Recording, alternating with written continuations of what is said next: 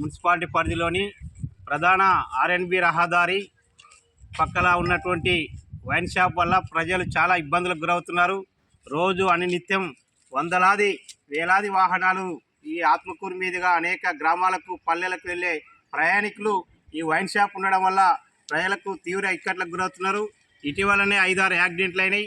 అక్కడ కనీసం ఏమీ సౌకర్యాలు లేనటువంటి పరిస్థితి. అందరూ కూడా రోడ్డు మీదనే వచ్చి తాగి మూత్రాలు చేయడం, రోడ్లపైనే పడుకోవడం, నిద్రించడం, ప్రధాన రహదారి వెహికళ్లకు అడ్డంగా పబ్లిక్ ఉండడం, ఇవల్ల కూడా దుర్వాసన వెదజల్లుతున్నటువంటి రోడ్డు పక్కల ఉన్నటువంటి పరిస్థితి ఉంది.